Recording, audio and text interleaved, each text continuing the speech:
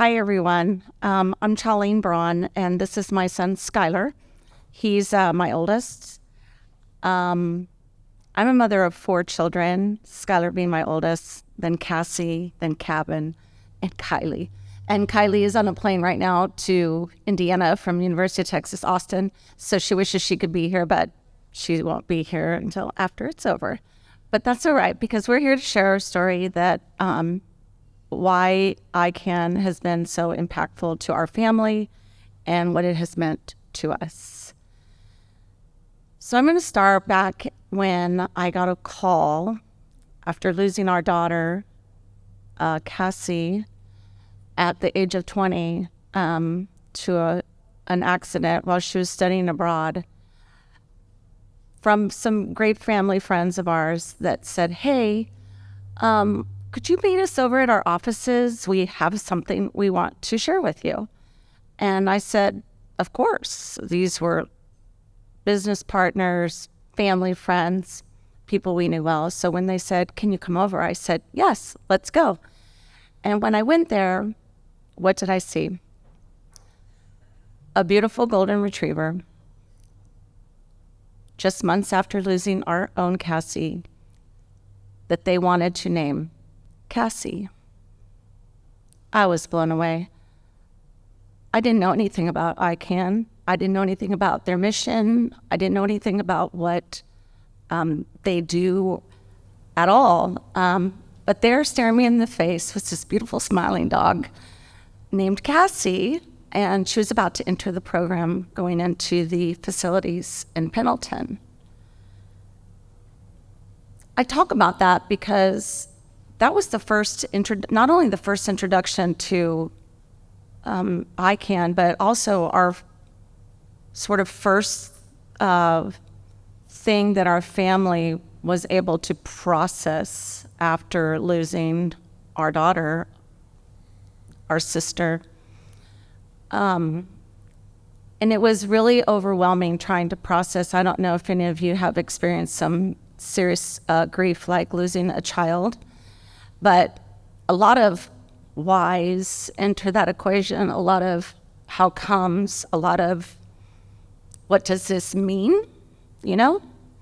What does that mean? So while I was really ecstatic to learn about, to meet Cassie, and we call her Cassie Girl because it was so fresh at the time that anybody mentioning even the word or name Cassie was like, why are you mentioning Cassie? It was very unfamiliar territory, but it was overwhelming to say the least, and a joyful experience because there was this beautiful smiling golden, and I have never been, Josh, would you, if you haven't already brought up the video, if you wouldn't mind sharing that with everybody.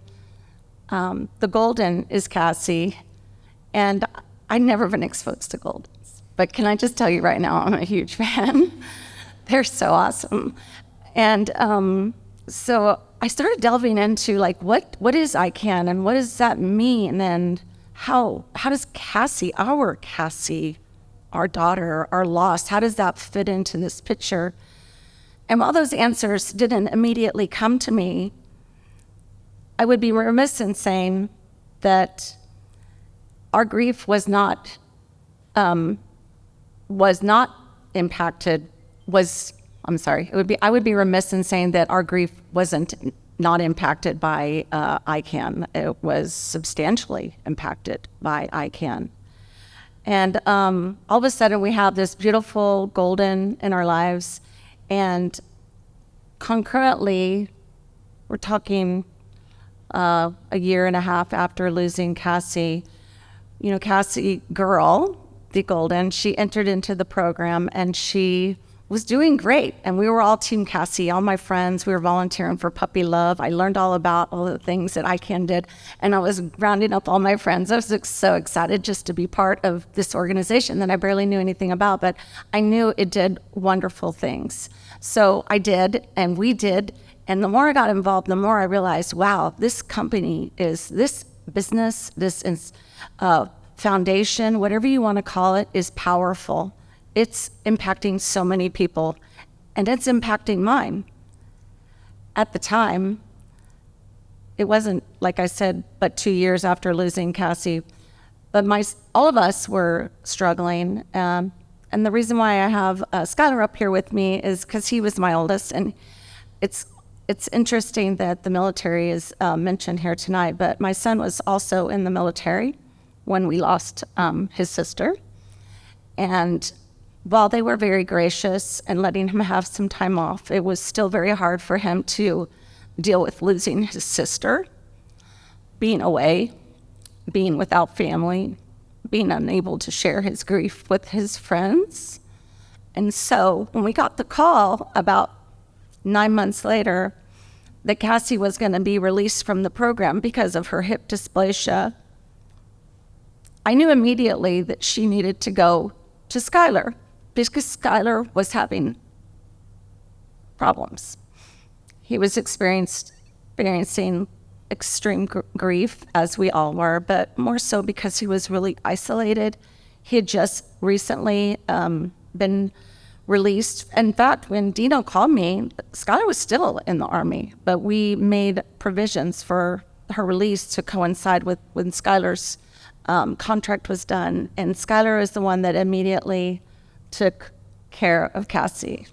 And I can tell you unequivocally that Cassie has changed his life. She's changed his outlook. She's changed his grief. She's changed his happiness. And not because it's just a dog, but this dog is like this beautiful, smiling, golden retriever type dog that just gives you all the love in the world. And that is just the best thing in the world, when you just don't even know what your own feelings are, but you just know you need a hug. So that was something that was really important for us and me learning about more from ICAN. And then as I learned more, and as we were progressing in our own family grief, we had decided to establish an organization called Cassie Cares. And my daughter is spelled with a K. Cassie Cares has 2 Ks, in case you ever want to remember it. That's an easy way. But Cassie Cares was started because I just felt like Cassie's life was undone.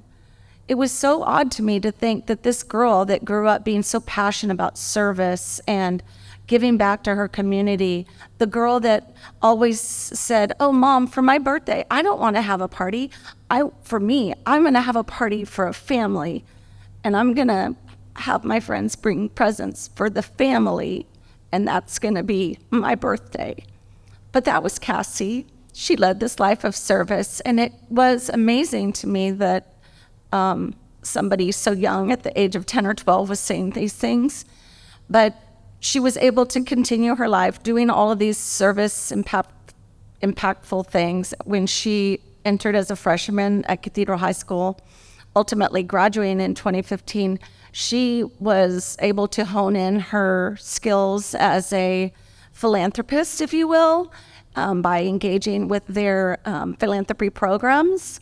And she became really focused and structured in what she was doing, even so much as when she graduated from Cathedral in 2015, that she went on to St. Edward's University in Austin, Texas, where she was able to get a full tuition scholarship because of her service and outstanding leadership. It meant everything for her to be giving back to the community. Service meant everything for her. I'll give you an idea of one of her few projects that leads me back to ICAN. Not only was she involved in hospitality and, hello, we hear you, but she was forging her own way through other impactful and philanthropic things down in the Austin community, the first being, and the most important being, Books for Inmates. And I mentioned Books for Inmates as one of them. Not only that, but she was planting trees all over the place. She was doing all kinds of things. I always wondered, like, Cassie, are you actually studying? Like, are we getting some education here? But it didn't matter. She was going to do her own thing anyway. And so the Books for Inmates, when I think back on the whole ICAN perspective and I reflect on what Cassie looked like in her own trajectory of where she was going, it didn't get lost on me It didn't fall on deaf ears. I thought, how? Why? Was this the way it was always supposed to be? Was this her fate? Was she always supposed to be somebody that led others? Because that's what she did. She was always leading, always encouraging people to volunteer alongside of her, engage with the community inside, alongside of her. And so when she was a student at St. Edward's University in Austin, she had decided she wanted to go and apply to Semester at Sea. And Semester at Sea, if you don't know it, is a semester-long program where you circumnavigate the world and you learn about like different perspectives and experiences, but mostly it's just fun. But when Cassie approached us, her reasoning was different. I want to go, Mom, and there's some really substantial scholarships that I think that I can get. And so she honed her skills and she produced videos. She wrote essays and blogs, and she presented all of them to Semester at Sea, and she earned a great scholarship, the most coveted scholarship on the ship, and it was a service impact scholarship. And her job receiving that was to go in country through all that, her voyage, and serve in the community, to learn about the community, to engage with them, not to fix anything, because you can't fix anything in a day or two or even a week, but you can bring those perspectives back to the ship. You can share those with your peers. You can bring them back to your hometown. You can share those with your friends. And together we can create a bigger change like ICAN does. And don't think for a minute that that also didn't impact all of us. When I think about Cassie being the dog lover that she was, and admittedly by her own words saying, dogs were her best friend, that when she was living on the ship and going into these communities and volunteering, that she was able to come back and tell her friends everything that she had learned, but also what it meant for the future for these people. When I go back to the words that I said earlier about how did ICAN impact our family, these dogs are in service. Cassie was in service. How did God take away somebody that was doing so much good in the world? Is it fate that Cassie is now living in a beautiful golden retriever? Is it fate that this was always God's plan? While we may never know, I can unequivocally say that just being around a dog like Cassie when a day is not a good morning, and there has not been a good morning. I personally have never said good morning since losing my daughter. But when I'm greeted by another released ICAN dog named Ariel, the little lab that you see in the pictures, that was Cassie's middle name. And she was released because we sponsored her through Cassie Cares. She was released because she got a little too social with her friends. Remember I told you, Cassie got a little social. So my family, being so endeared to the ICAN community, have decided that we not only will support ICAN through our sponsorships, but we also want to engage our friends in the community and what ICAN does and what it means.